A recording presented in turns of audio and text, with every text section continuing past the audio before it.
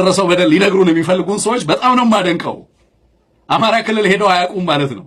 ማጀቴ ይኸውልህ ዛሬ አንሙት ማን ነው ሴግሬድ ሞዶላ ይመስለኛል የዚህ ዘ ግሎቤን ሜል ጋዜጠኛ አማራ ክልል ሄዶ ነበር። ከወር በላይ ነው ፕላን ያደረገው መንግስት ሳያየው ከፋኖች ጋር ለመገናኘት ከወር በላይ ፕላን አድርጎ ነው ዘ ግሎቤን ሜል። ከዛ ፋኖች በከባድ ቁጥጥርና በስንት አይነት መከራ ገባው አገኘኋቸዋል። ከነሱ ጋር ስላሳለፈው ሰው የሚያደርግ ጊዜ ጽፎት ይዞት ወጥቷል። ዛሬ ዘ ግሎቤን ሜል ላይ ምን አይነት ጊዜ እንዳሳለፈ ተምሮ ነው የወጣው ጋዜጠኛው። ሰብአዊነትን በተግባር አይቶ አገዛዙ አዲስ አበባ ላይ የሚያሳየውን ብልጭልጭ ለዓለም ነው ያጋለጠው ወጥቶ። ምን አይነት ትግል እያደረገ ነው አማራ? ለምን ይታገላል አማራ የሚለውን እንድጠይቅ አደረገኝ ነው የሚለው። አዲስ አበባ ላይ ያሉት ይሄን ዶክመንተሪ የሚሰሩ ሰዎች ግን አንዳቸውም አማራ ሄደው አያውቁም። የአማራ ህዝብ ምን እየሆነ ነው የሚለውን ለማጣራት ሞክረው አያውቁም።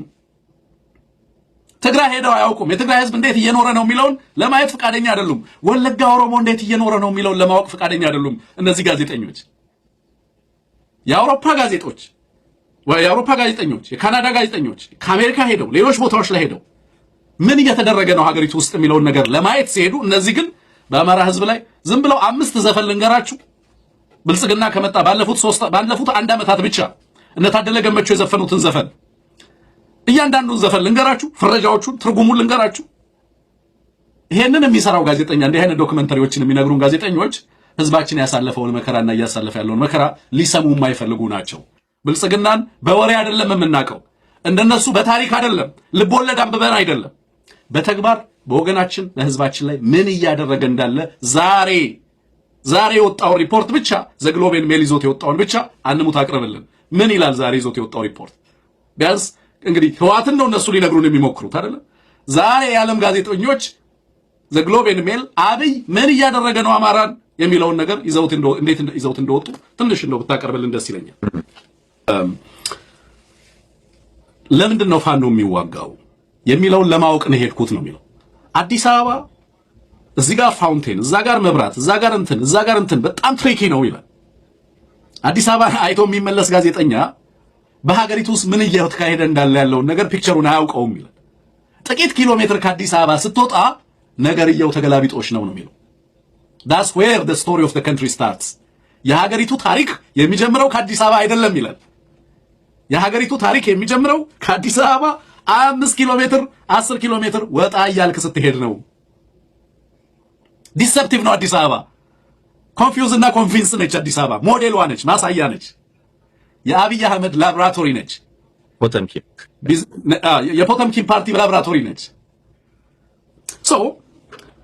በነገራችን ላይ አሳልፍ ደስታ በጣም ኢምፕረስ ያደረገኝ ኮማንደር ነው በዚህ አጋጣሚ እና ያስለቀሱኝ ሰዎች ታሪኮች አሉ። ለምሳሌ የወይዘሮ ሙሉነሽ ተሾመ ታሪክ እዛ ጋር አሳልፍ ወይዘሮ ሙሉነሽን ፋኖ ኮማንደሩ አንሙት ወይዘሮ ሙሉነሽን ወታደሩ ልጇን ገሎባታል። መከላከያው ልጅሽ ፋኖን ይደግ ሄደው በግፍ የተገደሉባቸው ልጆቻቸው የተገደሉባቸው እናቶችን ያጽናናሉ።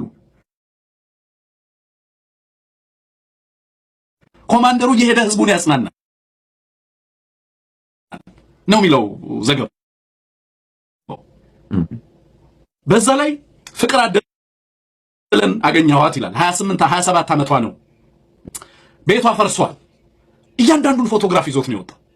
በድሮን የፈረሰባት እንዴት ቤተሰቡ ላይ ቅዱስ ሰርቤ የሚባል ክሊኒክ ላይ የተጣለውን ድሮን በተመለከተ ያለቀውን ንጹሃን በተመለከተ በየቦታው ትምህርት ቤት ላይ ማጀቴ ስለተገደሉት 32 ሲቪሊያኖች ከ2 ዓመት በፊት ከአዲስ አበባ ሲወጣ ሚሊዮኖች የማይመርጡበት ሀገር ሄድኩ ነው የሚለው።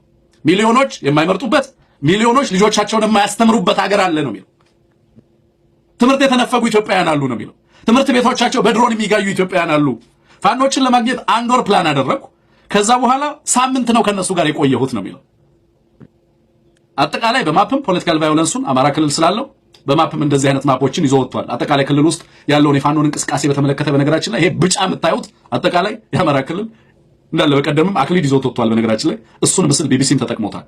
ሙሉ ክልሉ በምን አይነት ሁኔታ ውስጥ እንዳለ በእያንዳንዱ አካባቢ የታጠቀው ኃይል ምን ያህል አቅም እንደፈጠረ ክልል ውስጥ ያለውን ሁኔታ በስፋት የሚያሳይ ሆኖ ተመለከቱታላችሁ። በብጫ የምትመለከቱት የፋኖ ኃይል ነው። በእያንዳንዱ ቦታ ላይ ኢንጌጅድ ሆኖ ካገዛዙ ጋር ትግል እያደረገ ያለ ነው። 2 ሳምንታት 15 ቀናትን ከፋኖ ጋር አሳለፍኩኝ።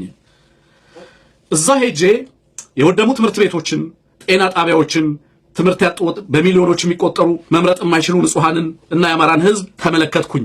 የአማራ ህዝብ የሚያደርገው ትግል ፋኖ ለምንድን ነው የሚታገለው ብለህ ስትጠይቀው ከአርሶ አደር እስከ ሴት ከህፃን እስከ አዋቂ አንድ መልስ ነው የሚነግርህ፣ ለመኖር ነው ይልሃል ነው የሚለው። it's just to exist እንድንኖር ነው የምንታገለው ነው የሚሉ በቃ ሌላ ነገር የለውም። ያገኟቸው ሁሉ በሐዘን ተውጠዋል ነው የሚለው። ቤታቸው ላይ ጥቃት ያልደረሰባቸው የሉም። ግፍን ሰምተው ሳይሆን ያልኖሩ የሉም ነው የሚለው። የወደሙ ትምህርት ቤቶችን፣ ጤና ጣቢያዎችን አምኖት ሹር እነዚህን ፎቶግራፎች አክኖሌጅ አድርገን መጠቀም እንደምንችል አላውቅም። ቴክኒሻናችን ይበቃናል። ተመልካቾቻችን ልታነቡት ትችላላችሁ። ምክንያቱም ፔድ ኦል ስለሆነ እነዚህን ፎቶግራፎችም ዝም ብለን ማሳየት ምናልባት ላይ ፈቀድልን ስለሚችል ማለት ነው። ከዛ ውስጥ በጣም ቅድም አንሙት ያልካቸውን አይነት ልብ አንጀት የሚበሉ በጣም በርካታ ታሪኮች አሉ። የተደፈሩ እህቶች ታሪክ አለ። ልጆቻቸው የተገደሉ እናቶች ታሪክ አለ። ፋኖቹ የተሸከሙትንም በርደን ያሳያል። መታገል ብቻ አይደለም፣ ህብረተሰቡን በማጽናናት ስነ ልቦናውን መልሶ በመጠገር ረገድ ህዝቡ ለምሳሌ ትምህርት የተነፈጉትን በዛፎች ስርም ትምህርት እንዲሰጥ ለማድረግ ሕክምና ያጣውን በተለየ መንገድ ራሱ በሚያሰለጥናቸውና በሚያስተምራቸው